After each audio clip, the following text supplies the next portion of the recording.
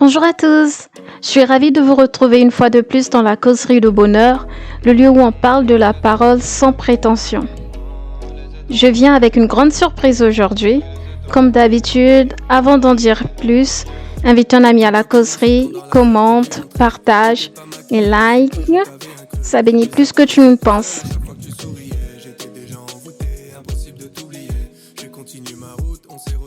Aujourd'hui, nous allons faire un petit saut en arrière. Nous allons parler encore un petit peu des compromis. Vous pouvez découvrir et réécouter la série sur les compromis sur toutes les plateformes de diffusion de podcasts et aussi sur la chaîne d'Écrit de Bonheur, YouTube et sur Spreaker si vous voulez les télécharger pour écouter hors connexion.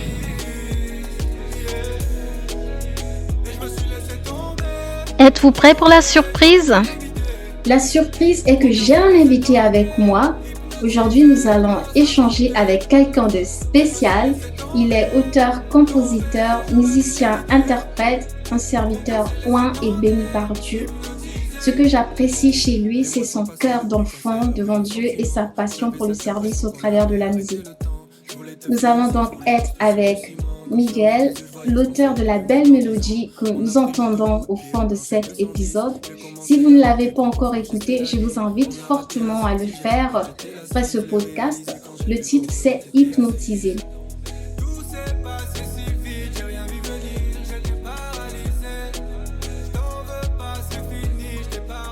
Que vient-il chercher à la causerie? Je vais d'abord le laisser nous saluer, puis par la suite, nous allons entrer dans le vif du sujet. Okay. Alors, Miguel, parle-nous un peu de toi. Bonsoir Merveille, bonsoir aux auditeurs. Alors effectivement, je m'appelle Miguel et je suis l'auteur du titre Hypnotisé. C'est mon premier single que j'ai fait sortir sur les plateformes de streaming. Je fais de la musique depuis déjà quelques temps, depuis petit. J'ai commencé en faisant du piano, de la guitare, de la batterie. J'ai beaucoup pratiqué, surtout dans mon église ou dans mes églises locales, puisque j'ai beaucoup déménagé, donc j'ai connu plusieurs églises. Et j'ai beaucoup pratiqué dans ces lieux-là. Et j'ai progressé. Et puis, petit à petit, j'ai commencé à découvrir aussi la voix, le fait de pouvoir chanter. Avant, je ne savais pas que je savais chanter. Puis, petit à petit, à travers les louanges, les adorations, etc., j'ai appris à chanter. Et puis, jusqu'au jour où je me suis rendu compte que je pouvais faire quelque chose avec cette voix, je me suis mis à enregistrer. Et voilà, aujourd'hui, ça a donné un titre. Wow, c'est un concentré de grâce. En tout cas, merci Miguel d'avoir honoré cette invitation. Et je pense qu'aujourd'hui, au travers de ton témoignage, nous allons aborder un peu encore l'aspect des compromis, mais en allant un peu plus du compromis à la compassion. Dans les derniers épisodes, en fait, nous avons défini un peu ce que c'était que les compromis, comment est-ce qu'on y tente. Dans l'épisode d'aujourd'hui, voulons vraiment parler aussi de cette compassion-là, parce que personnellement, je te connais un petit peu. À chaque fois que je te vois, je vois vraiment en fait l'amour de Dieu, en fait, une grâce, une compassion qui est vraiment très active.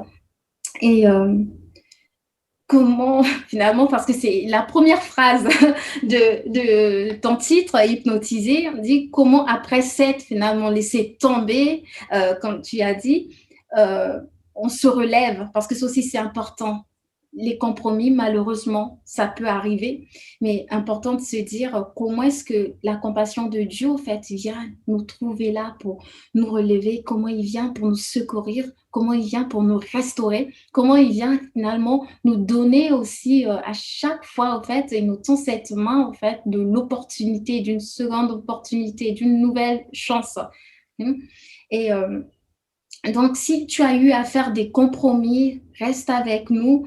Et je pense que tu auras, comme moi, des choses à tirer de ce parcours de vie, de la vie de notre frère Miguel.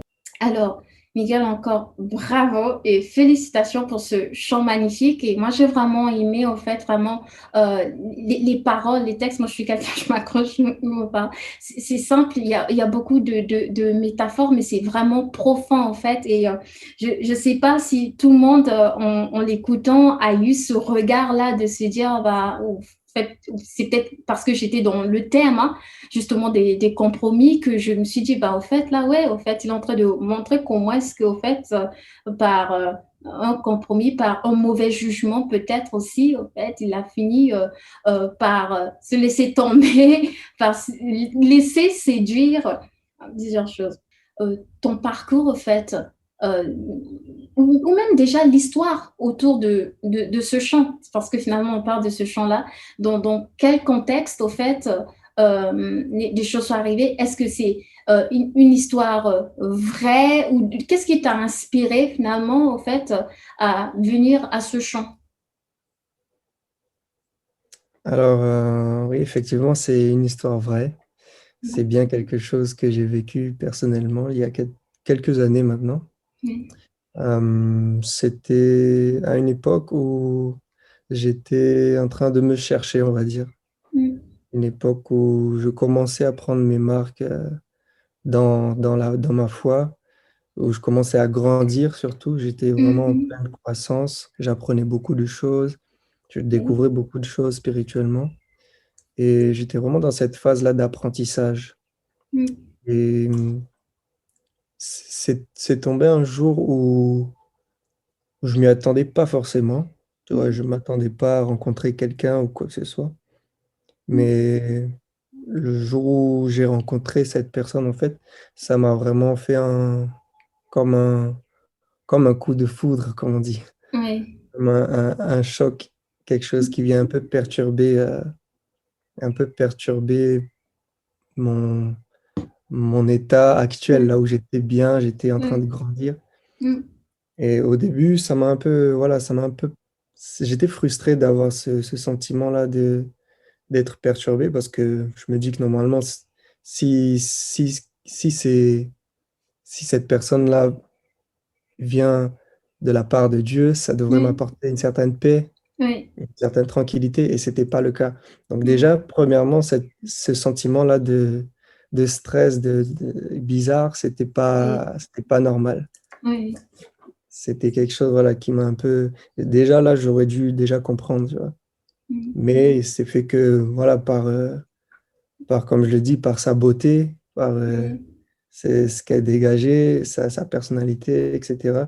Mm. Ça fait que je me suis laissé séduire, hein, entre guillemets, je me suis Mm. laissé aller Mm. dans la relation, alors que j'aurais pu arrêter très tôt. Oui. Et voilà, j'ai voulu continuer pour voir, en fait. Je me suis dit, pourquoi pas Pourquoi essayer pas? et voir Mm. dans le temps, voir s'il y a vraiment quelque chose.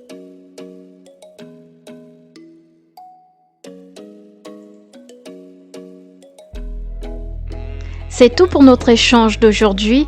Si tu veux découvrir la suite, nous t'attendons la semaine prochaine pour cet échange avec un ex hypnotisé, notre frère Miguel. N'oublie pas de convier un ami. Le single Hypnotisé est disponible sur toutes les plateformes de streaming. Allez liker, partager, commenter et réécoutez-le plusieurs fois. Et dites-moi après si à la lumière de la série que nous avons vue sur les compromis, vous avez réussi à tirer quelque chose. Dans cet épisode, notre frère nous faisait un état de sa situation. Il était encore en train de trouver ses marques dans sa marche chrétienne. Il est en pleine ascension quand tout a commencé. À chaque fois qu'une destinée se lève, le diable veut la compromettre, surtout quand il ne peut pas la tuer. C'était le cas pour Joseph. Après avoir échoué de le tuer, le diable utilise la femme de Potiphar pour le pousser à se compromettre, du coup à compromettre sa destinée. On peut aussi citer les enfants d'Israël en Égypte. La Bible nous dit qu'ils devenaient de plus en plus forts, nombreux et puissants. Et le pharaon, voyant cela, qu'est-ce qui se passe? Le diable veut encore utiliser Pharaon pour tuer tous ces nouveaux-nés-là afin que le peuple d'Israël ne puisse pas prospérer. C'était le cas de Jésus aussi. À sa naissance, Hérode a tué tous les enfants car il avait appris qu'il y avait un roi qui était né. Et que dire de l'épisode de Jésus dans le désert, juste après son baptême? Le diable vient lui suggérer des choses afin qu'il compromette sa destinée. Qu'est-ce que le diable te suggère actuellement? Dis avec moi, on ne compromettra pas ma destinée. Je ne compromettrai pas ma destinée. À très bientôt pour la suite. Paix et grâce.